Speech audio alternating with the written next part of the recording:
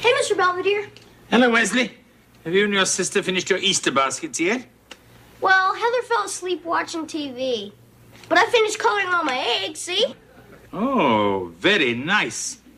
I can see a lot of effort went into these. Thanks. You should see the big one I did. I think it just woke up.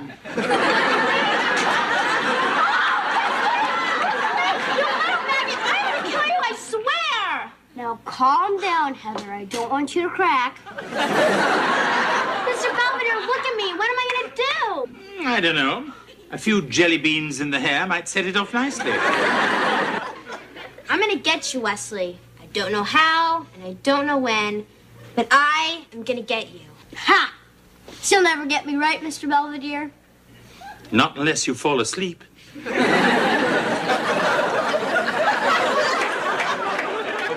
Who's got the notes on Parker versus Fox? That's going to be on the test for sure. Ooh, I think I slept through that one. Yeah, me too. I've got them.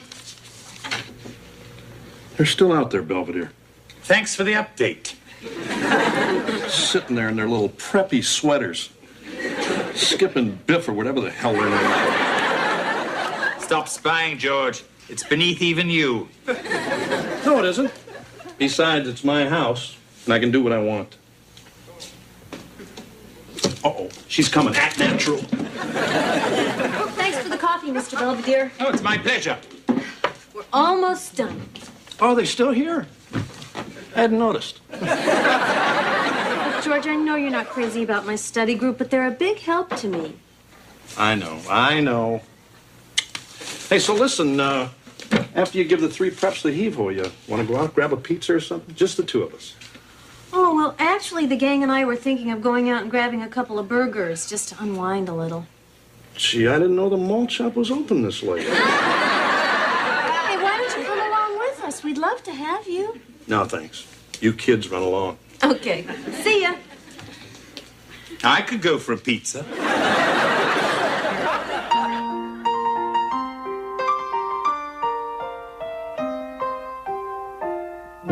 Streaks on the china, never mattered before. Who cared when you drop-kicked your jacket as you came through the door? No one glared, but sometimes things get turned around and no one spared. All hands look out below. There's a change in the status quo. Gonna need all the help that we can get. According to our new arrival, life is more than mere survival. We just might live the good life yet.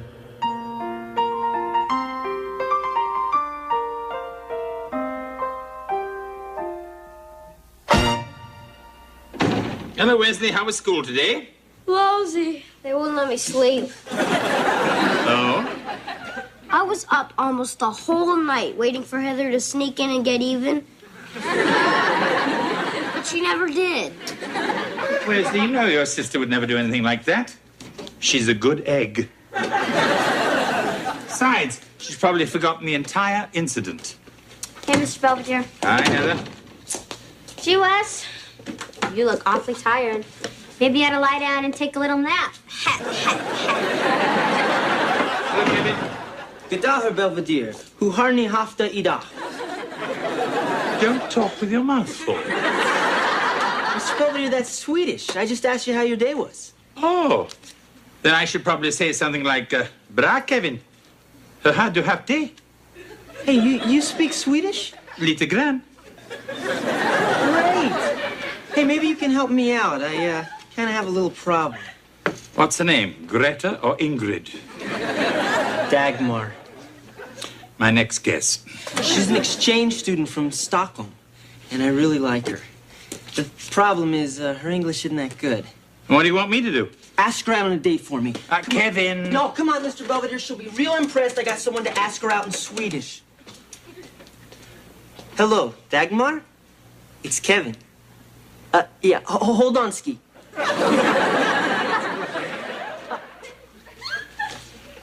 Hey, Dagmar.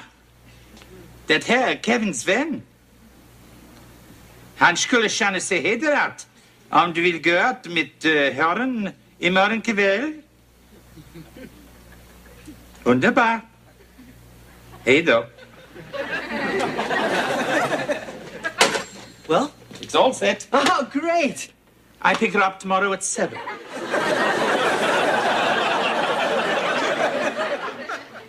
Hey, Marcia. How'd the test go? All that studying pay off? I guess I did okay. Got a 97. Hey, that's great, Mom. Congratulations. Yeah. Move over, Jacoby and Myers. What you got there? Oh, it's just a little car brochure. I've been thinking that when I graduate and open my practice, we're going to need another car. We're getting a Porsche? I don't know, maybe. What's the matter? They out of Maseratis? George, it's just a nice, sporty little car. We're not going to need a big one. Yeah, Dad, I think it's a terrific idea. I can drive this one, and Kevin can have the wagon. Gee, thanks, Mom. See you. Oh, I gotta go. Who's out there? Oh, it's just Greg. Oh, yeah? Yeah, we're all meeting over at Rhonda's tonight. Oh, Mr. Belvedere, don't hold dinner for me, okay? Fine. I'm coming. If you're getting that for me, I prefer the 5-speed. If you want to drive a stick, Belvedere, go in the kitchen and grab a mop.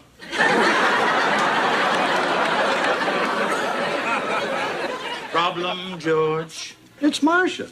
All of a sudden, she's buying sports cars and running around with all those little college friends, Wink and Dink or whatever. I hardly get to see her anymore. Oh. Then maybe you should make the most of the time you do have. Oh, yeah? I could prepare a romantic little dinner for 2, serve it, and then make myself scarce. Hey, that sounds great, Belvedere. You're on. Fine. Now, if you'll excuse me, I have a menu to plan. Morning, Mr. Belvedere. Wesley, where have you been? Oh, I spent the night in the station wagon under a beach towel with the spare tire pulled over me. That's nice. But why? Because Heather's still out to get me, so I hid in the last place she'd ever look and fooled her. Would you like a little orange juice to go with your paranoia? Yes, please. Hey, Wes, sleep okay in the car? You stay away from me, she-devil.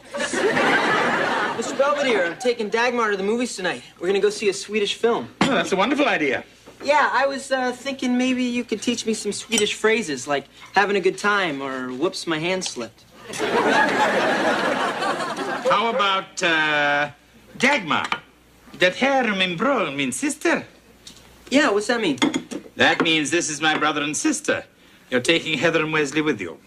What? Oh, come on. I'm not going to any stupid Swedish movie. It's probably Pippi Longstocking. I hate that broad. Wesley! Why do I have to go? Because your father is surprising your mother with a candlelight dinner. And I promised him good food, fine wine, and no children. Mr. Belvedere, I'm not gonna take them. You don't even... Hi, kids. Morning, Mr. Belvedere. Anything wrong? Nothing, Mrs. Owens? Coffee? Oh, no breakfast. I'm late for school. But you will be home for dinner tonight, won't you? Sure, I should be home by 7. Yeah, I should be home by then, too. George, did you just wink at Mr. Belvedere? Why not? You're never around.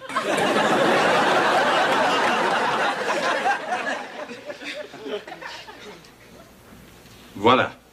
Oh, this ought to charm the pants off her.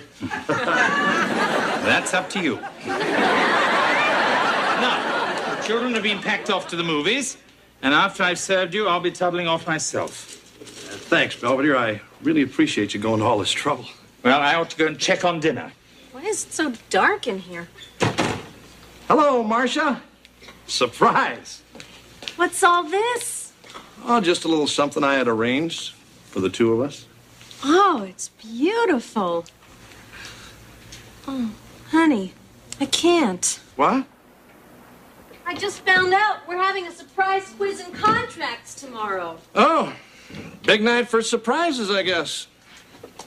Anyway, I gotta get these notes over to Rhonda's. The gang's waiting. Well, tell him old George said hi. I will. Oh, honey, this was really very sweet.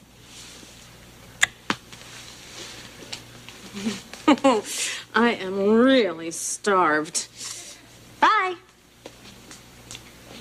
I hope she likes the shrimp.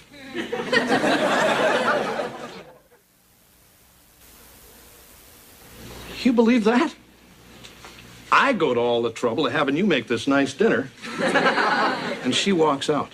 George, I'm sure it's a very important little quiz. Yeah, right. They all are. Well, in any case, I better start clearing this away. No, leave it. I'll eat it. Fine. Hey, where are you going? Excuse me? Well, you made it for two. Why not pull up a seat? I mean, I'm sure you fixed some real good stuff, and just because her nibs can't make it doesn't mean we can't enjoy ourselves. Right, Belvedere? Right, George. Let's eat. Thank you. I samband med blodbadet. Jaså? Ja, visst. Många fler än man tror. Would you like some popcorn? Oh, no, thank you, Kevin. Still working on Milk Dud. And what are those people doing? They're all naked and rolling in the snow. Do you do stuff like that? Yeah, sure. It feels good.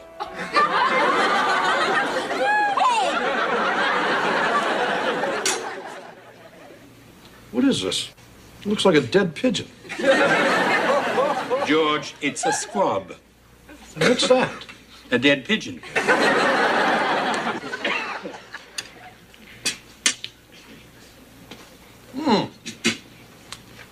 Stuff isn't bad. Actually, roast squab was quite a favorite when I worked with the royal family. I guess they attract a lot of pigeons just standing around the way they do. George, the royal family have always been a symbol of pride and inspiration to the English people. Hey, Belvedere. Of course, you wouldn't understand that, since the nearest thing you colonials ever had to a royal family was the Dukes of Hazzard. Look, I'm sorry. I never knew those guys were such a big deal to you. Well, they are. Tell you what, Belvedere. Just to show there's no hard feelings, we'll have a toast. A toast to the royal family. All right. Splendid.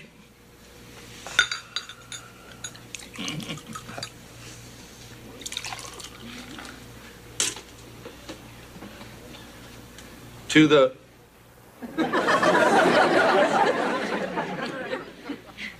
To the House of Windsor. May they live long and rule wisely. Hear, hear. And may at least one of them find a job. You know, this whole thing isn't turning out so bad. Good grub, few laughs, nice candles.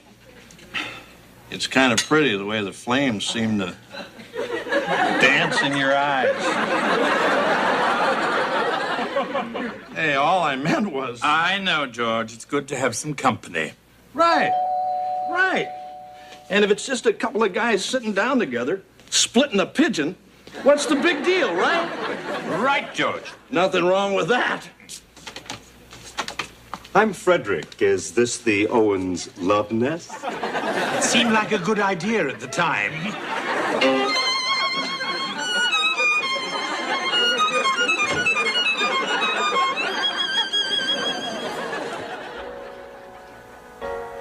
Hey, Kevin.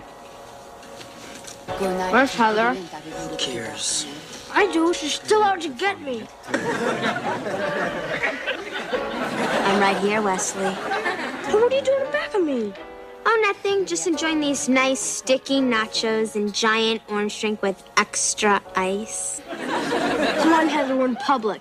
Anything awful I ever did to you was in the privacy of our own home. You guys know. Get off already. Shh. I'm really sorry about that. It's okay. Vad ska vi se dig? Oh, Kevin, this is good part. Gunnar professes love to Olga, then throws himself into a fjord. It's so romantic.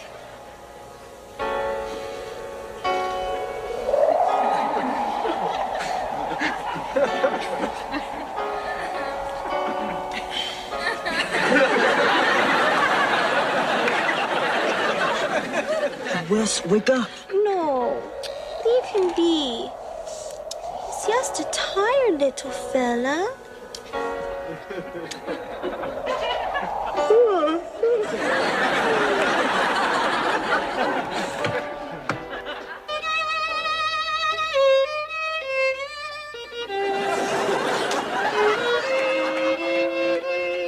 Hey, Belvedere. Mind if I ask you something sort of personal? Yes, but go ahead anyway. You think I'm a jerk? This is a trick question, isn't it? I don't think you're a jerk. In fact, I almost sort of like you a lot. Thank you, Georgie. And listen, just because I say I like you, doesn't mean you have to say you like me. All right. Hey, come on. All right, George, I like you too. How much? A bushel and a peck? Thank you. Say, you guys mind if I take 5? Sure, Freddie boy. I'll be back in a minute and I'll play you boys some nice show tunes. Hey, pal, this whole thing was supposed to be for me and my wife. But she decided she'd rather be out with a couple of young college guys. Well, you're certainly showing her. Well, all good things. Hey, Belvedere, I know a little secret about you. No, do you? I know about that little book you write in. What little book? You know, your diary. The one where you put all your snotty little comments in. I don't know what you're talking about. Anyway, it's not a diary, it's a journal. And it's none of your B.I.B.'s works. Sorry. Fine. Let's talk about something else. Fine. Let's talk about Marcia. Fine. Sometimes she gives me a real pain. You know something? Sometimes she gives me one, too. Mm-hmm. With her, I'll take my coffee in the nook, Mr. Belvedere. Or drop these off at the cleaners, Mr. Belvedere. Who died and made her queen? Not me, that's for sure. The thing is, she used to be happy being Mrs. George Owens. Or at least I thought she was. But now all she cares about is being Miss Big Deal Attorney at Law. And I'm just getting in the way. Now, George. Pretty soon, she's going to have her degree and her Porsche and her preppy friends. And I'm going to lose her. George, now you're being ridiculous. She's going to leave, and I'm going to be all alone. Except for you. There. I'm home. You broke this man's heart. Hello, Marcia. Back so soon? Sorry it got so late. We don't care. We had fun without you. Yeah, I can see that. Actually, I had a rotten time. I didn't want to have a romantic dinner with him. I wanted to have a romantic dinner with you. But, honey... Don't but honey us. You're always too busy flitting around with your Chad and Jeremy, or whatever their names are, to care about his feelings. Hey, Belvedere, take it easy. Oh. I apologize, Mrs. Owens. I've been through rather a lot. Come on, guys, I think it's time for us to go to bed. I don't want to go to bed. I want to talk. Okay, fine. You go first. Look, George, when I went back to school, we both knew we would have to make some pretty big sacrifices. I know. But I didn't think you were going to miss dinner. George. Are you leaving me? No. Oh. Why not? I mean, you're smart and beautiful. You're going to be real successful. What are you hanging around me for? That's a good question. Look, honey, I know sometimes I get all wrapped up in law school and myself. And sometimes I forget about some other things that are even more important. Like what? Like being with my husband, whom I love very, very much. A bushel and a peck? Not so much Belvedere likes me. A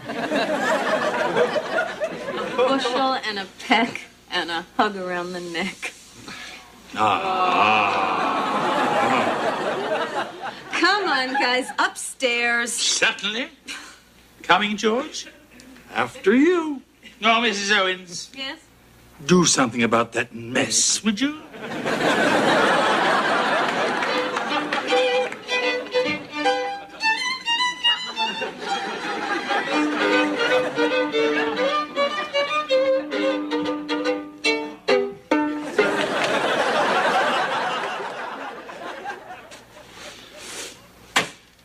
Come on, Heather. Why don't you just do something and get it over with? I don't know. Maybe tomorrow. Mr. Belvedere. What? Heather could have gotten revenge against me last night while I fell asleep in the movies, but she didn't. It's driving me crazy. I know. It's more fun that way. Mr. Belvedere, you gotta help me. All right, Heather. Stop tormenting your brother and do something to him. But I don't want to. Heather, do what Mr. Belvedere tells you. All right, all right.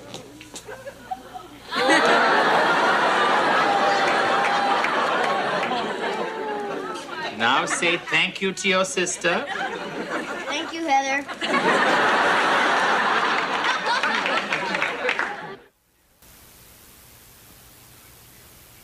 Although it's scarcely 8 o'clock, the children and I have been banished to our rooms, as George and Marcia are finally having their romantic dinner for two. I certainly hope they're enjoying the squab croquettes I brought. I think I got all the bones out. Speaking of things sticking in your throat, I still can't believe George said he liked me. If the truth be known, I'm quite fond of him too. But that's my little secret.